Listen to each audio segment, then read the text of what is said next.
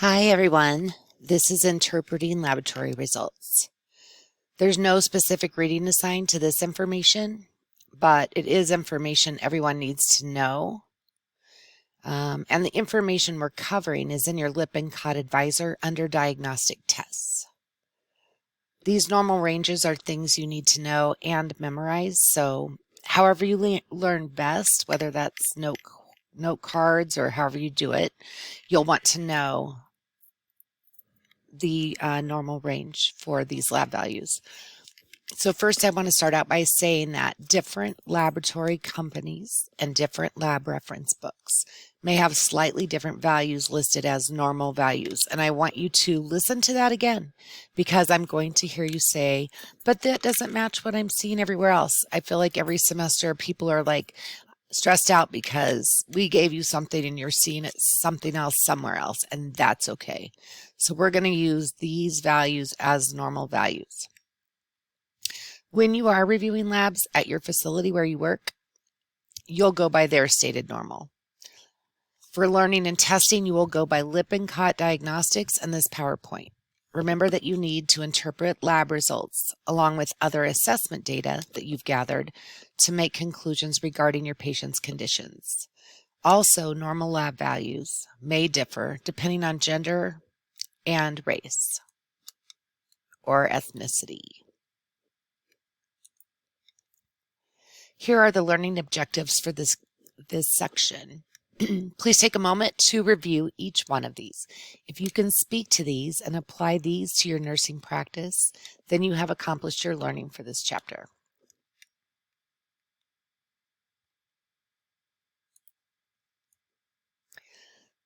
So why do we do laboratory tests?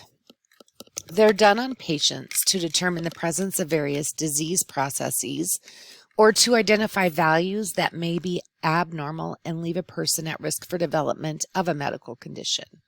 The most common laboratory tests ordered are listed on this slide. We will go over these different lab values in detail in the upcoming slides.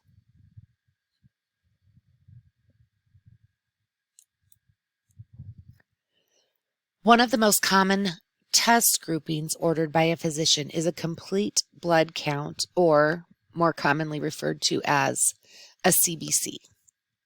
This includes the red blood cell count, or RBC, which can be broken out into the hemoglobin and hematocrit levels, and the white blood cell count, or the WBC, which includes a white cell differential, and sometimes a platelet count can be included in the CBC. The red blood cell count, or the RBC count, is the number of red blood cells in a cubic millimeter of blood. The RBCs are the cells produced in the bone marrow that carry oxygen to your tissues. The normal counts of these vary depending on gender. For males, the normal value is 4.2 to 5.4 million, and for women, it is 3.6 to 5 million.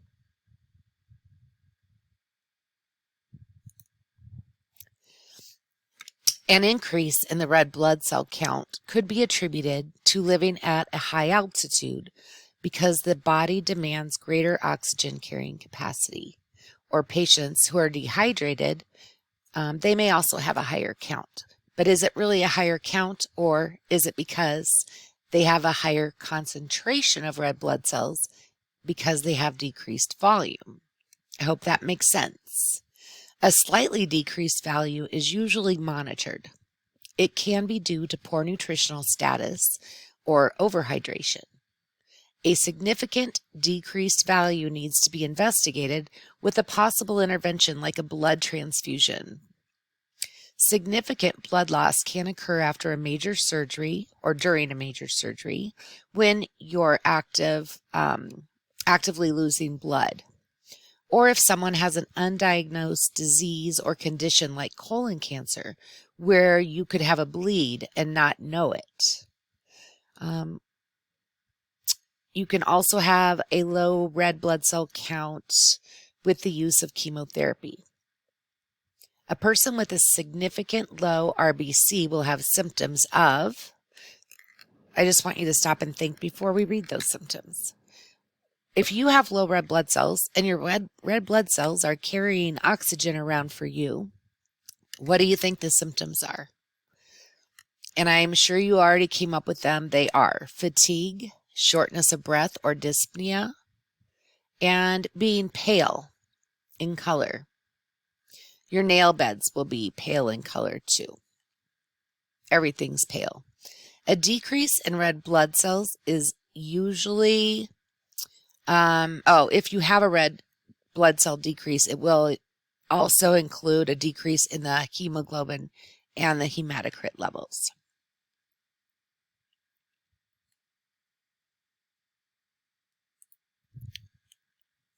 Hemoglobin is abbreviated as capital H, small g, small b. It is composed of iron, which gives our blood that dark red color, and it's what carries the oxygen to our tissues. Normal ranges are 14 to 17.4 grams per deciliter for males and 12 to 16 grams per deciliter for females. Hematocrit, on the other hand, is the percentage of red blood cells found in 100 milliliters of blood. The picture on the slide gives you a breakdown of the components of our blood and their normal percentages. Hematocrit is always listed as a percentage value. And I feel like I want to say something else. I do. So an easy way to remember hemoglobin and hematocrit, or just eyeballing it when you're looking at labs, is that your hemoglobin will be 3 times less than the number for the hematocrit. So if you know someone's iron is 12, their hematocrit is probably 36%. If it's 10, then you can pretty much guess that their hematocrit will be 30%. Okay, abnormal findings. The abnormal findings for a hemoglobin and hematocrit count, or an H&H, would be the same as the findings for an abnormal red blood cell count. So if it's increased, it could be due to dehydration, which would mean they have an increased concentration because of the decreased fluid. It could be because they have COPD or chronic hypoxia for any reason. So I have enlarged red blood cells because I have the that hereditary disease called hemochromatosis. So my red blood cells are carrying extra iron because my body doesn't get rid of iron. So my body makes bigger red blood cells so it can grab some oxygen, and I don't die of hypoxia. So there's many reasons. Polycythemia is another blood disease that is hereditary, similar to hemochromatosis, although it doesn't have to do with iron, but it basically makes it so that your body needs more oxygen, or it needs more hemoglobin and hematocrit to function, needs more oxygen. So if you have a decreased hemoglobin or hematocrit, again, it's overhydration, bleeding, or anemia. So what are your nursing implications? There are some. So think about what that would look like. The white blood cell count is the number of white blood cells in a cubic centimeter of blood. White blood cells prevent and fight infections. They may also be referred to as leukocytes. The WBC is measured 2 ways. First is the total number of white blood cells.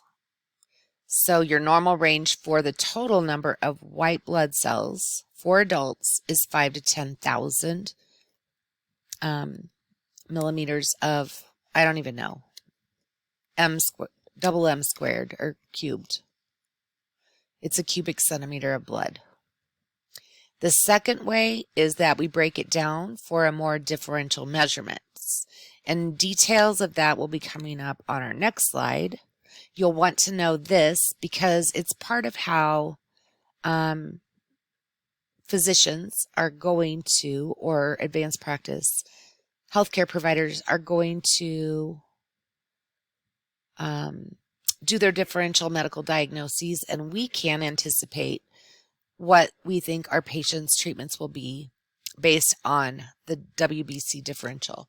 So it gives us details about what types of white blood cells have been activated to fight what type of infection and kind of in what stage. A high number of neutrophils tells us that we have a new infection, and we're seeing it in the acute stage. And the reason we know this is because, if you remember from your anatomy and physiology, neutrophils are the first responders when you have an infection. A high number of lymphocytes tells us the infection has been going on for a while, or that it is a viral infection. A high number of monocytes, those step in after neutrophils and they're stronger, so that indicates that the infection is in a middle phase. A high number of eosinophils means that the patient is having an allergic reaction or that the patient may have a parasitic infection. People that have asthma typically will have elevated eosinophils because their inflammatory response is always going and the body's reacting to all kinds of things. A high number of basophils can mean the patient is in a healing phase of an allergic reaction or that they have a parasitic infection.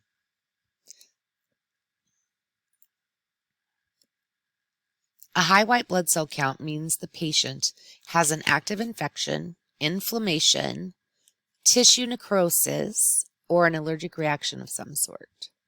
It can also be due to trauma or stress.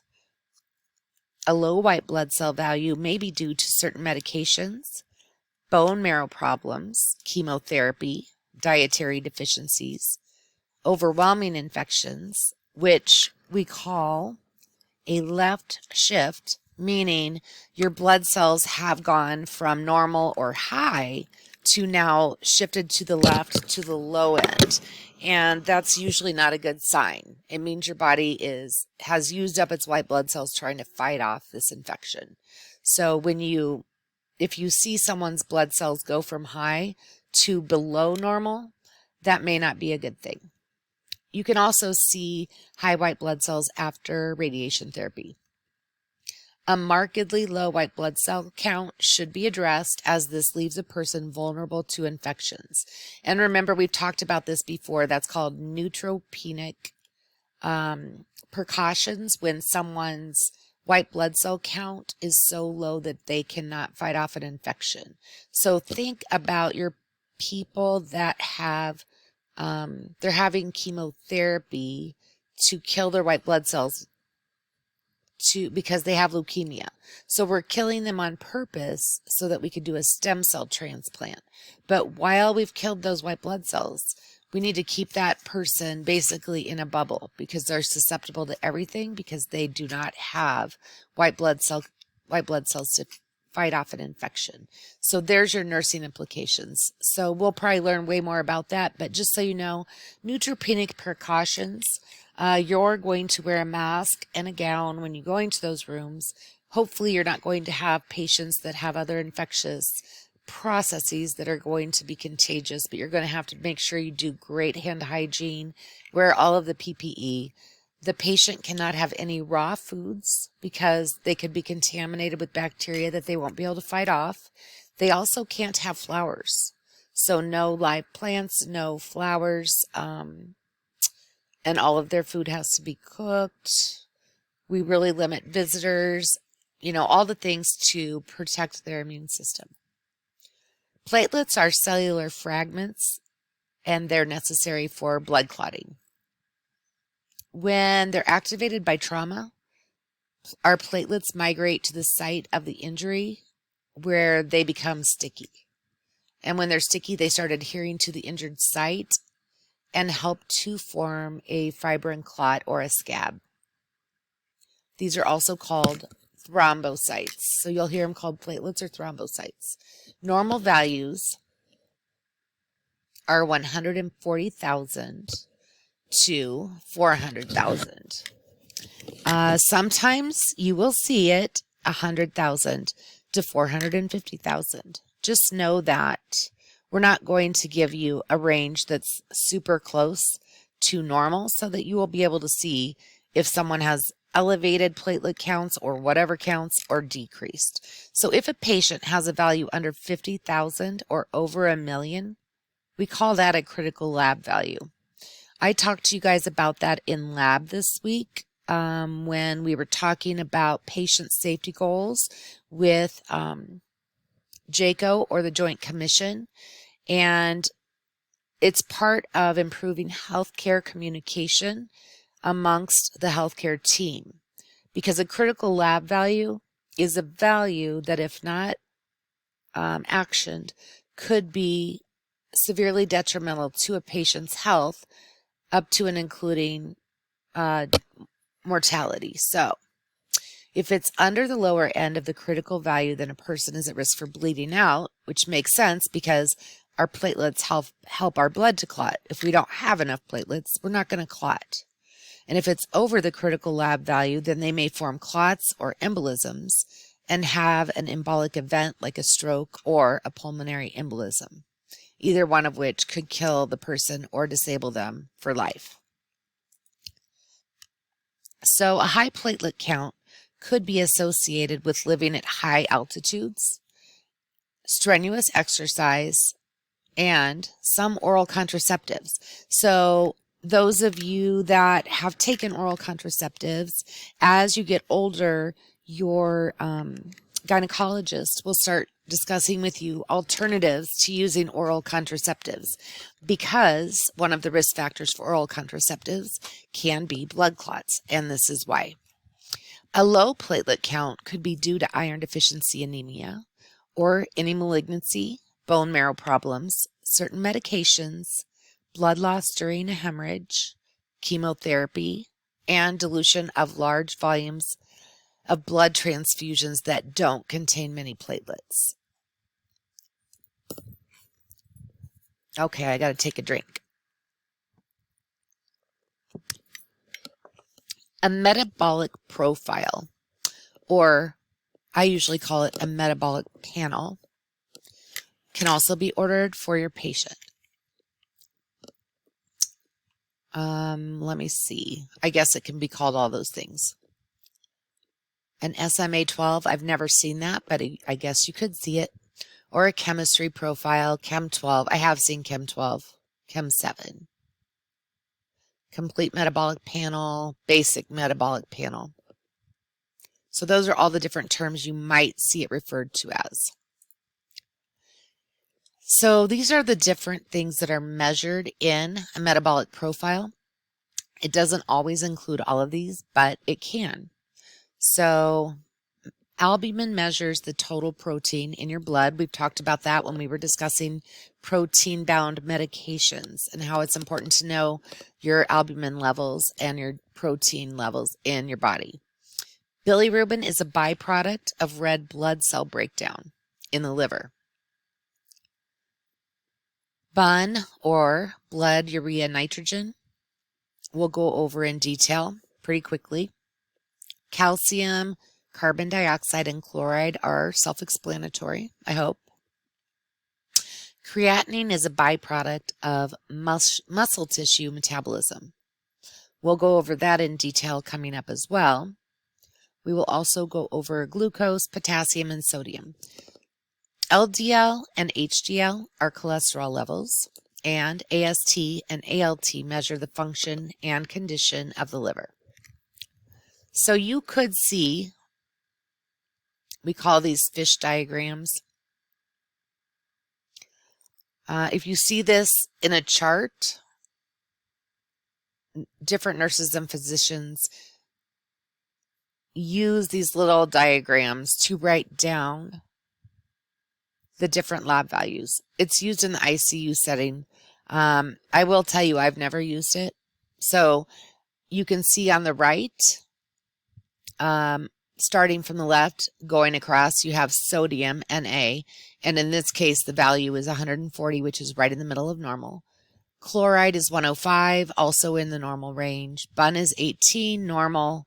Blood glucose, 92, normal. Creatinine, 0.9, good. CO2 is 22, that's also good. And potassium is 5, which is acceptable, but it's on the high end of normal. And we're just showing you that because if you ever see it, you would want to know what those values represent. Sodium or salt levels are a balance between dietary intake and renal excretion. Normal values are 135 to 145. An increase in sodium level can be due to high salt intake, increased aldosterone levels, decreased ADH levels, recent trauma, surgery, shock, or drugs like antibiotics, steroids, laxatives, and oral contraceptives. Decreased levels can be seen with certain blood pressure medications, antidepressants, overhydration, and increased ADH levels.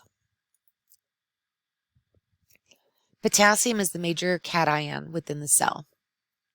The serum concentration of this element is very small, so minor changes in concentration have significant consequences. And we've kind of talked about how all of these electrolytes have a really tight range, and your body doesn't respond well if you're outside that range. Potassium is found in our diet and excreted by the kidneys with no reabsorption capabilities. Normal levels are 3.5 to 5 with critical values. Oh, it says less than 2.5 and above 7. It depends on where you work because anything below 3 would be considered critical where I work. But that's okay. Just know that it has a very tight range of what's okay. Increased potassium levels can be due to dehydration, crush injuries, or burns because the potassium leaves the cells when the body's injured. Drugs like antibiotics and potassium-sparing diuretics. Decreased levels can be due to lack of dietary intake, increased aldosterone levels, increased sodium reabsorption, and potassium-wasting diuretics. We've already talked about one of those diuretics, which was Lasix, and that I would say is the most commonly prescribed diuretic that we give to our patients experiencing heart failure. So we really need to absolutely make sure we're checking potassium levels before we give them the medication because it will absolutely, when they urinate, they will waste potassium when they go. And if it's already low, you want to get something to get in order to replace that potassium. Patients with potassium imbalances can have cardiac dysrhythmias and several other problems that you'll learn about when we get to fluids and electrolytes. Blood urea nitrogen, or BUN, which is way easier to say, measures the amount of nitrogen and urea in the blood. So why do you think we care about that? Well, our kidneys filter those out as waste products. So if those levels are increased, it tells us those kidneys aren't working. So think about your different nursing complications or implications, not complications. Patient complications that could be nursing implications. Urea is the end product of protein metabolism in the liver, and it's usually excreted by the kidneys, like I just said. Therefore, it is a reflection of the metabolic function of the liver and the excretory function of the kidneys. Normal levels of BUN are 8 to 20. An increase in the BUN reflects renal problems, and a decrease in the BUN indicates liver disease or failure. So make sure to get those straight in your mind. If it's below 8, it's liver. And here's an easy way to remember it. Low, liver. High, renal. I mean, I don't know how to come up with something for the same letter, but if you can remember that liver is low, then that leaves your kidneys be in the high end. All right, serum creatinine is a byproduct of muscle tissue breakdown, which I said on an earlier slide. Creatinine is excreted entirely by the kidneys, and therefore it is a direct reflection of renal functioning or kidney function.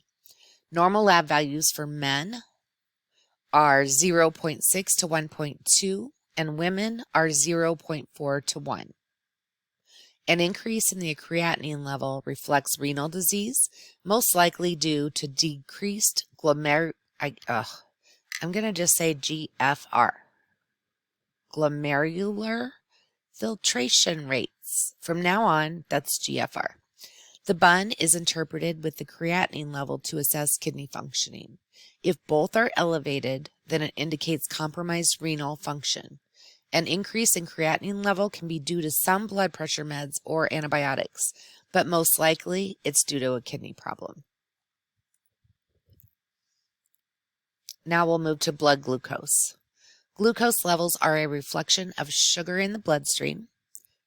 Normal fasting levels are 70 to 110, and they can be up to 140 as normal if the patient is not fasting when you do the blood work.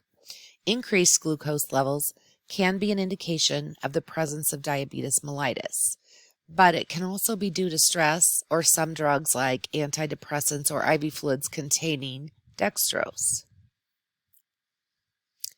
Decreased levels can be due to alcohol, Tylenol ingestion, and steroids. That's funny because steroids also can make it really high. High glucose levels can go undetected for a while.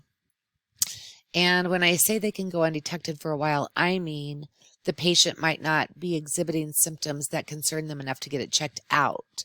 So their blood glucose level is high, but it doesn't get diagnosed because the patient doesn't go to the doctor because they don't have a health concern. Patients with low glucose levels usually display confusion, irritability, and they'll be cool to the touch and diaphoretic or sweaty. So which one do you think could kill you faster? Low blood glucose or high blood glucose? And as the nurse, what are you going to do about one or the other? Urinalysis is our next slide here. It can detect elements that should not be present in the urine that could indicate a disease. Also, it can reflect hydration status and possible urinary tract infections. Glucose present or ketones can indicate diabetes mellitus. Blood in the urine indicates bleeding somewhere in the urinary system. High protein levels indicate problems with renal function. And I want you to think about that. Protein molecules are huge, right? So if we're finding the protein in the urine, that means our kidneys are letting it pass through. So we have some kidney damage because typically the protein does not pass through. Then we have leukocytes, which would indicate an infection. The urine could appear pale yellow all the way to amber in color. It could have little to no odor. The pH of the urine should be slightly acidic with a normal level of 5 to 8, with 6 being the ideal. The specific gravity of urine reflects the concentration of the urine. So normal specific gravity is 1.005 to 1.03. An increase in specific gravity, and you need to know this, reflects dehydration. A decrease indicates overhydration. So that would make sense because it reflects the concentration. So the higher the number of in specific gravity, that means we have more solutes than we do fluids. A decrease indicates overhydration, so we have more fluids than we do solutes. And there's the lab skeletons again. I don't use them. I just write down, the abbreviation and what the value is. But some people like it. So if you like it, you can make that part of your brain sheet. Coagulation. So we do different lab tests to measure the effectiveness of anticoagulation therapy that our patients may be taking for whatever reason. Coagulation studies are important whenever you are taking an anticoagulant to assure that the patient is in the therapeutic range and not below or above that range. If the result is below the therapeutic level, then the therapy may not be effective, and the patient could develop blood clots. If the result is above the therapeutic level, the patient can bleed out. So it's important to keep it in that therapeutic range. Prothrombin time, or PT, indicates the time that it takes the blood to clot. Normal ranges are 11 to 13 seconds. But while on therapy, the patient should have levels 2 to 2.5 times that, depending on the reason for the treatment. INR, I really can't talk today. Sorry. INR stands for Internationalized Normalized Ratio. This test was formulated for physicians around the world to use. Most labs run both of these results, so you'll get a PT/INR. A normal INR is 0.8 to 1.1 seconds, and while the patient is on therapy, their levels should be 1.5 to 2 times that level, but it should not exceed 5.5. 5.5 would be not good. Really and truly, the highest range I've ever seen for INR that was being deemed therapeutic was 3.5, and it was for a pulmonary embolism or history thereof. These tests are administered for patients taking an oral anticoagulant medication called warfarin, also known as Coumadin. Here's another coagulation or anticoagulation lab. It is called PTT, or partial thromboplastin time, and it is used to measure the effectiveness of patients taking heparin for their anticoagulant therapy. So PTT is for heparin, PT/INR is for Coumadin. Normal PTT ranges are 21 to 35 seconds. Patients receiving heparin therapy should have levels 1.5 to 2 times that level. A critical lab value is over 100 seconds. And if you think about it, that's over 1.5 minutes to bleed before you even think about clotting. So not good. So increase PTT and decrease PTT, same thing as your increase and decrease in INR and PT. You just have different levels to memorize. Remember that your therapeutic levels are not the same as normal. Normal would be for patients not undergoing anticoagulant therapy. Urinalysis. I don't really know. I don't have anything to say to you about that other than maybe that the pH is 4.5 to 8. We already said that. Ideal's around 6. And there's your specific gravity again. We just talked about it. This slide goes over a possible patient's laboratory results. If they are out of range, it is usually identified with an H next to it, signifying that it's high, or L, signifying that it's low. So as nurses, we don't just look at one set of labs typically. We are looking at daily labs, and we're looking for trends. So in this case, this particular individual has a blood glucose of 135. So let's talk about that. If our patient wasn't fasting when they had their blood drawn, then 135 would be considered normal, because we said it could go up to around 140 or 145 if they're not fasting. But if they are fasting and it's 135, then we need to look at some other tests to rule out that they have diabetes, right? And then we go all the way down to sodium, where we see that their level is low. It's 132. 135 to 145 is normal. Remember, we've said in class that if you have sodium issues, think brain. So you'll see a change in behavior. You could have someone that chronically has low sodium, And I just want to point out that that person may not exhibit any signs or symptoms because their body has adapted to the new level that they live at. But if this was a new onset of hyponatremia, which is what low sodium is called, then you will probably see signs and symptoms of confusion in this patient. And I would like you to go back and think about what could cause your sodium to be too low and what can cause it to be too high. Remember, your hydration status is an easy one.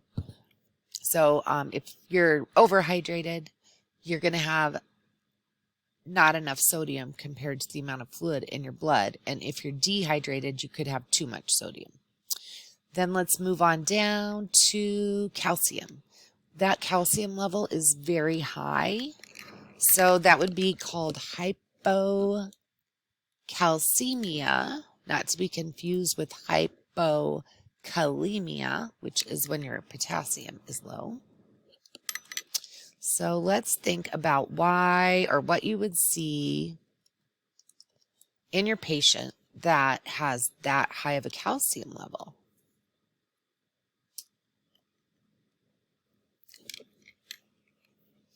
I'm going to say if you have an older patient that has a history of maybe GERD, which is gastroesophageal reflux disease, or heartburn, or they've been told by their doctor to take calcium supplements. If you see a calcium that high, I would be asking them if they take Tums or another calcium supplement, because you will sometimes see that as being the reason for that higher calcium level. But the signs and symptoms of high calcium that your patient might be displaying are digestive symptoms like nausea, vomiting, constipation. They may be having kind of the same symptoms of diabetes, where they have increased thirst called polydipsia and more frequent urination called polyuria, and that is due to changes in the kidneys. They may have muscle weakness or muscle twitching, and they could have fatigue, tiredness, confusion, bone pain, and fragile bones. And I want you to get this down because I don't feel like I described it well enough last semester. If you have high serum calcium, that is the calcium that's present in your blood. Where did some of that probably come from?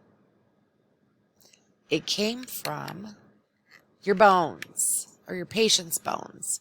So if you have a patient who has osteoporosis, they already have porous bones, and the calcium is leaching out of those bones.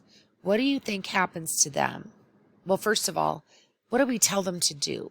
We have them take medication, but we also have them do weight-bearing exercises to help remodel the bone, or at least stem the loss of the bone. If someone is hospitalized for a long period of time and they're unable to get out of bed, what would you anticipate the trend in their calcium level to look like in their serum? Think about that. I think this is the end of this. It sure is. So thanks for tuning in for this 38-minute video, and I hope you found it helpful.